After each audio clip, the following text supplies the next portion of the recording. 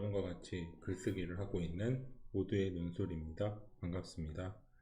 오늘은 자기소개서 중에서 성격의 장단점을 어떻게 써야 되는지에 대해 좀 살펴보는 시간을 갖겠습니다.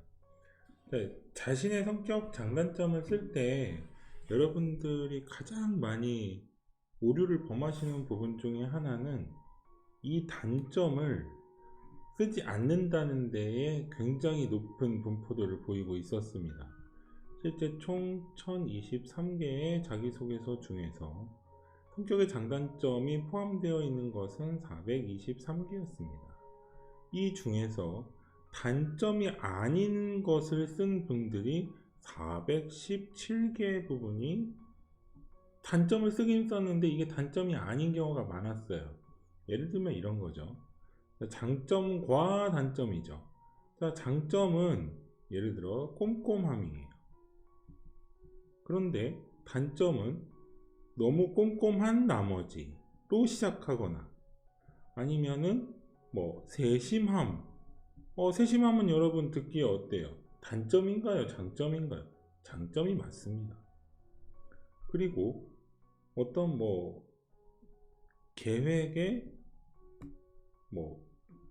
계획이 너무 구체적이다.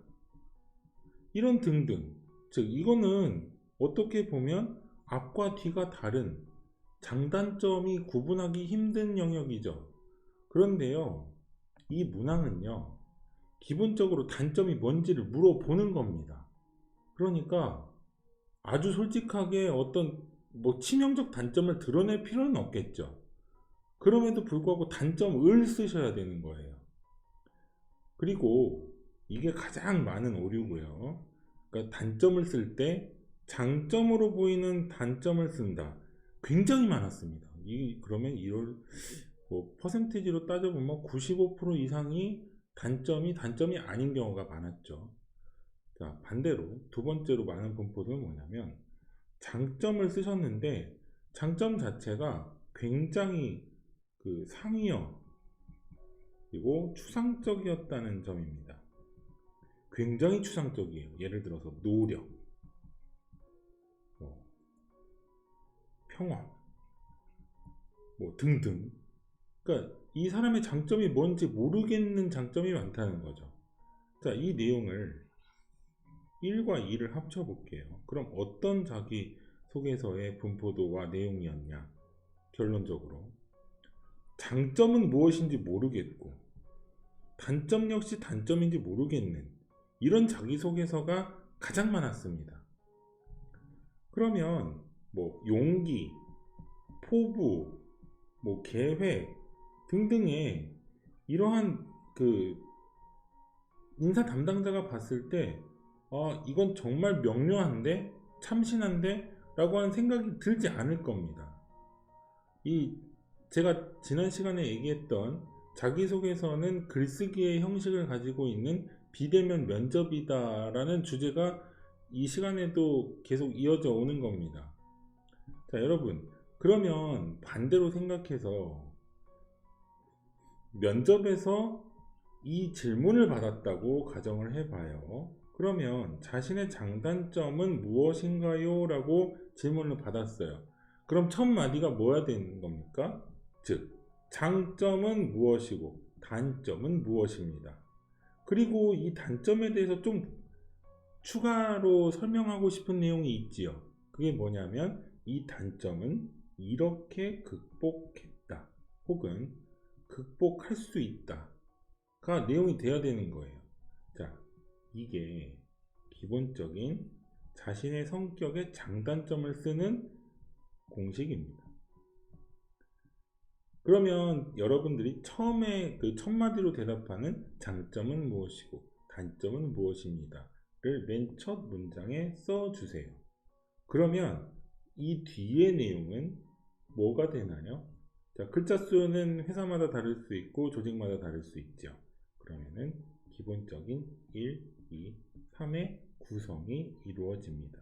즉, 이 얘기는 장점의 이야기일 것이고 그리고 단점의 부연 설명을 여기에 배치할 것이고 그리고 극복 방안이라든지 극복 사례를 얘기할 때 이렇게 구성이 될 겁니다.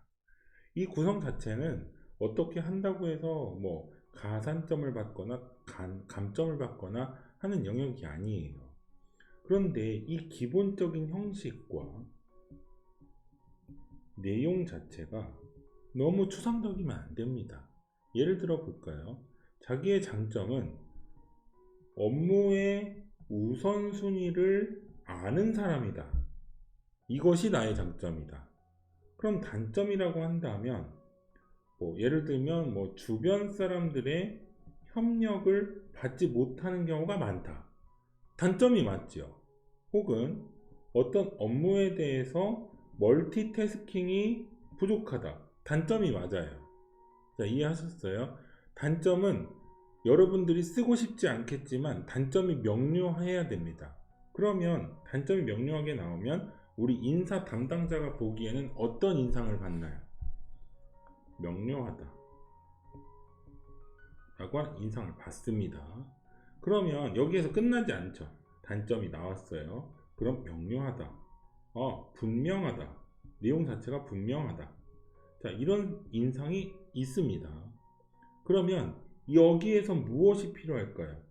부연 설명은 이 얘기, 단점을 구구절절하게 길게 쓸 필요는 없잖아요. 그죠? 그러니까 이 분명하다라고 하는 하나의 어떤 캐릭터가 형성이 됐어요. 그러면 여기에 대해서 분석력 그리고 논리성, 이 두 개가 필요한 겁니다. 즉 나의 단점은 이러이러한데 이런 부분은 어디에서 악용될 수 있고 어떤 부분에서는 이 회사에서 일할 때 이런 부분이 나타날 것이다. 그래서 이것은 내가 이걸 극복했던 사례는 이렇게 있었다.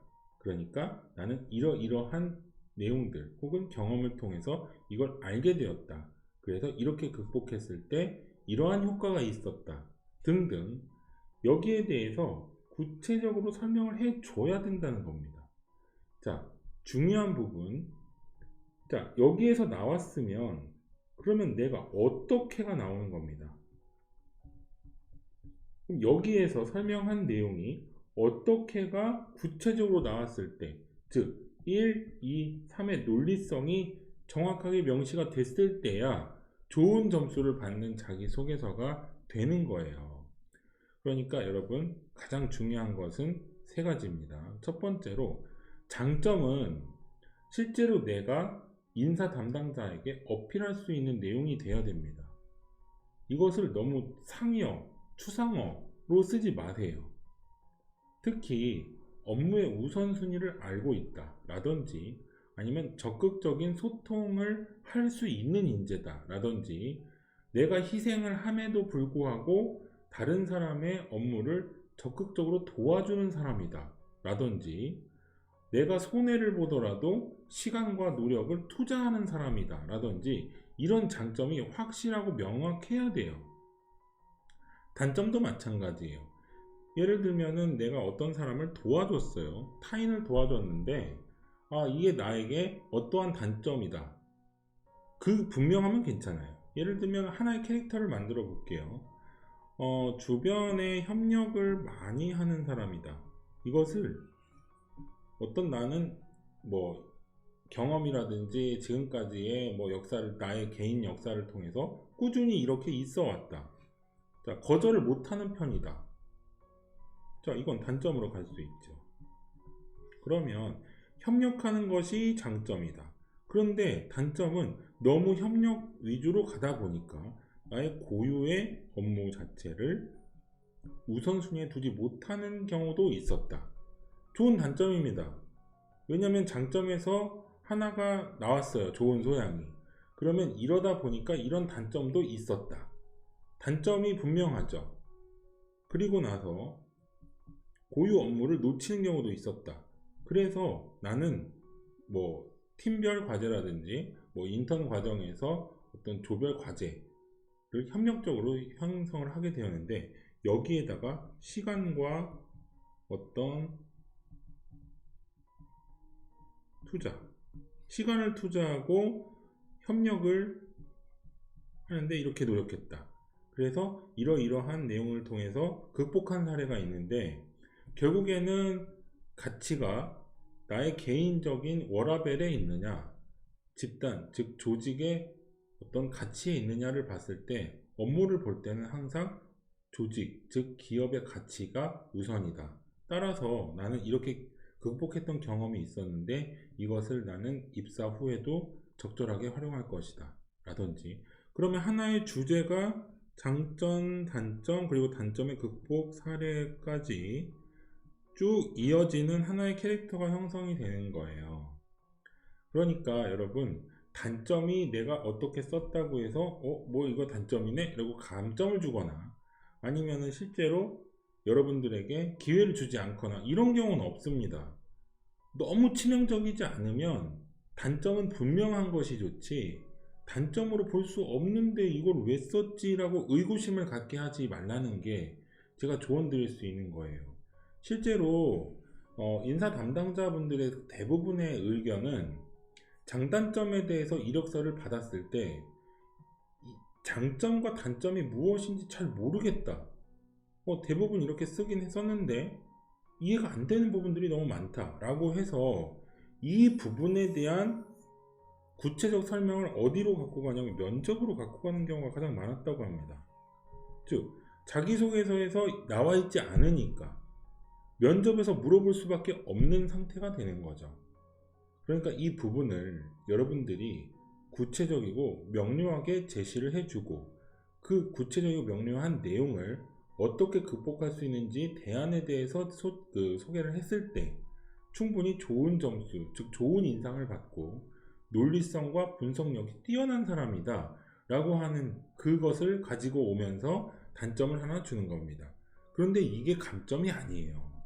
여러분들이 이 자신의 성격의 장단점을 쓸 때 다른 사람이 봤을 때도 이건 장점으로 인식하겠다, 이건 누가 봐도 단점이 확실하다 라고 하는 그 부분을 먼저 정리를 해 보시고, 그것을 답안지에 구현했을 때 이건 너무 치명적인데, 혹은 이건 내용이 좀 좋을 것 같아, 하나의 주제가 있으니까, 그리고 난 1번에서 어떤 내용을 썼으니까 이런 부분들은 충분히 면접에서도 내가 대응할 수 있겠다, 이런 내용들을 먼저 구상하신 다음에 작성하시기를 추천드립니다. 자, 인사 담당자들의 대부분의 평가는 장단점은 잘 이해가 안 되는 내용들이 대부분이었다, 이런 인상을 주지 않으면 여러분들 어떻게 될까요? 면접에 꼭 부르고 싶은 사람이 될 수 있겠죠.